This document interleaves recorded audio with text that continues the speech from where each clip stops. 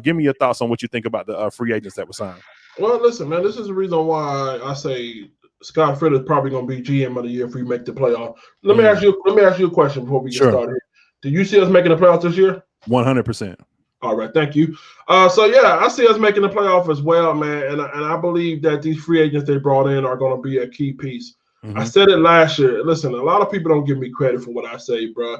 I said it when the season ended last year. When we lost the New Orleans Saints, I did a final recap show, and I said because of this defense and the way they came along, I said we will be a playoff team in 2021. People laughed, told me I was stupid, blah, blah, blah, blah, tired here, whitehead. But now I don't look so stupid when you look at the move so far. I mean, we still got a long way to go. Let's not kid ourselves. But when you bring in Riddick to that linebacking core, when you bring in Denzel Perryman, who's nothing short of a dog, a guy who has some injury issue, but he's a dog. He'll stick his nose in that pile and he'll let you feel it. You got Brian Burns, a guy who can bend he can bend corners with the best of them. Yeah, he's you know insane. what I mean. Then you turn around and you got Derek Brown, a guy who's coming off a rookie year where he generated the most double teams. You know what I mean? If you got to ask yourself, what would happen if KK was there? But you know what you do? You know what you do? You Scott Fitter. You wait till a week or two before the draft, and you go get an underrated defensive tackle, 6'4", 317 pounds, and Daquan Jones, who has a nasty, violent leap off the ball to where he can generate so much power in an instance. And now you're sitting here saying my linebackers that are quick as hell. Now Riddick had 12 sacks, and now you got Brian Burns who's going to come in. Hey, what was 9.5, 10 sacks he had? Now you're telling them, look, I got two guys in the middle that's going to take up double team. All you got to do is get in those gaps and infiltrate.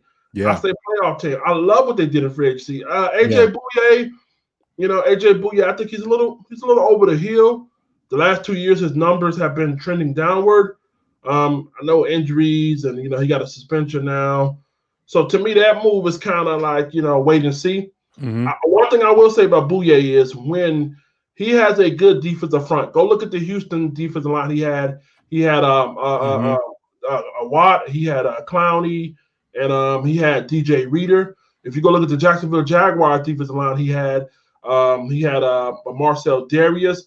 He had Yanaway Ngwagwe. He had Calais Campbell.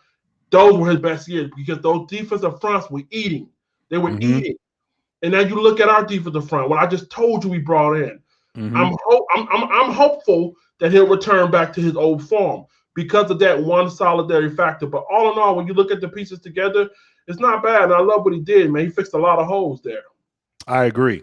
And now I have one more question before I respond to what you just mentioned about free agency. Sure. Do you think that we will go defensively to a more dedicated 3-4? Man, that's good. That's a good question there. Wow. If you look at the pieces we brought in, I mean, you can't help but to ask that question and believe you think so. With all that speed out there, you want that as much as possible on the field. So, and with Phil Snow having such a college background, you know what I mean, where they ran a little 4.25 in college and some other, 3.35, if I'm not mistaken. I can't help but to see why not have as many speed rushers on the front, you know what I mean, as possible. You know what I mean? To turn around, think about Daquan Jones up the middle, or you put Derek Browns up the middle, and then you have another big boy on the end. You know what I mean? So, I wouldn't doubt it. I wouldn't doubt it. You may see more of that, but I think we're going to go multiple packages, to be honest with you. But I do too. But we could go heavy 3-4 too. And I'm going to tell you what I love about that, man, is that what it speaks to me, to even consider going a dedicated 3-4, is that you're playing to the strength of what you have on your squad already. So and I feel like that was a huge issue. Like when I look back at like Luke Kuechly's career, I mean, I do think that Luke was one of those guys that just wanted to, probably hang it up just because he's like, you know what, I got all I wanted out of this game. I made it to a Super Bowl. I've been defensive player of the year, defensive rookie of the year, all these different accomplishments. But you could see the frustration on his voice. And I want to say it was maybe the 2017 season whenever they drafted Burns. And it's like, even though Burns was a completely special player, it was kind of a head scratcher because it's like, okay, you got the best 4-3 linebacker possibly in history. And you go towards the 3-4, and then you bring in Dontari Poe as the tackle. And it's like, I mean, Luke's getting destroyed by guards, when normally he's roaming free and able to, make tackles. He's taking on, running backs, and in the 3-4, as you know, there's going to be a couple of free guards out there that are going to make it up to the second level. Right. And so just to see them go towards the players, like to, want to feature a Brian Burns and bring in a Hassan Reddick to kind of, compliment him and things like that is really cool. But, I look at a lot of these guys, man, like you mentioned, Denzel Perryman, super physical guy, great in coverage. I know that he hadn't played more than 14 games in his career, and that is kind of a concern, especially when we start talking about postseason, needing them for that. But one thing I do love, Big Katt, especially like with the AJ Boye signing, for instance, it's not so much the signing, it's the room. Like, what's the room look like? I remember seeing I was watching Hard Knocks one year, and the Browns were on. And I remember seeing Jarvis Landry in the room. Like, he came in and the wide receiver coach was like, hey, he's got a message for you guys. And I mean, he tore into these guys about their work ethic.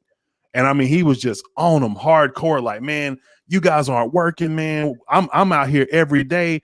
I done got my money. Some of you guys might not even make the team. And, I know that the commentary after that was like, maybe he shouldn't have said a lot of that stuff. But I was like, no, yeah, he should have. He definitely should have said that stuff. So a guy like AJ Boye, I feel like, can tap on a Troy Pride's shoulder or get in his ear and say, hey, man, or a Sam Franklin or even Dante or any of these guys that we have on the roster. Because one of the things that I noticed is that we have a ton of talent on defense. But last year, man, we lacked leadership so bad, man, because guys just didn't know what to do, where to go. And a lot of that was just the newness of everything. But the reason why I'm so optimistic about the team, because we've seen other teams that have been in the same situation. Take Cleveland, for instance, that had a lot of new pieces, but they didn't win but one game in 2 years, right? Before they became good. We've seen Cincinnati go through a similar situation. They won one game before getting Joe Burrow. That is not what we put on the field, right? And we were what's the stat? 0-8 in games that were decided, by one touchdown or less in the fourth quarter. Yep. So I'm like you, man. I have optimism that we are going to be a team to be reckoned with this coming season, just because of all of that culminated into now what we've brought in and where we'll move to next, Sam Darnold. Well, that's what I try to tell people, and people, they fight me, and all they see is 5-11. But people, God Almighty, it pisses me off because people take shit out of context. If you look at all that thing you just named, first-year head coach, first-year player, and we still had 8 opportunities in the final possession to win the game. Yes.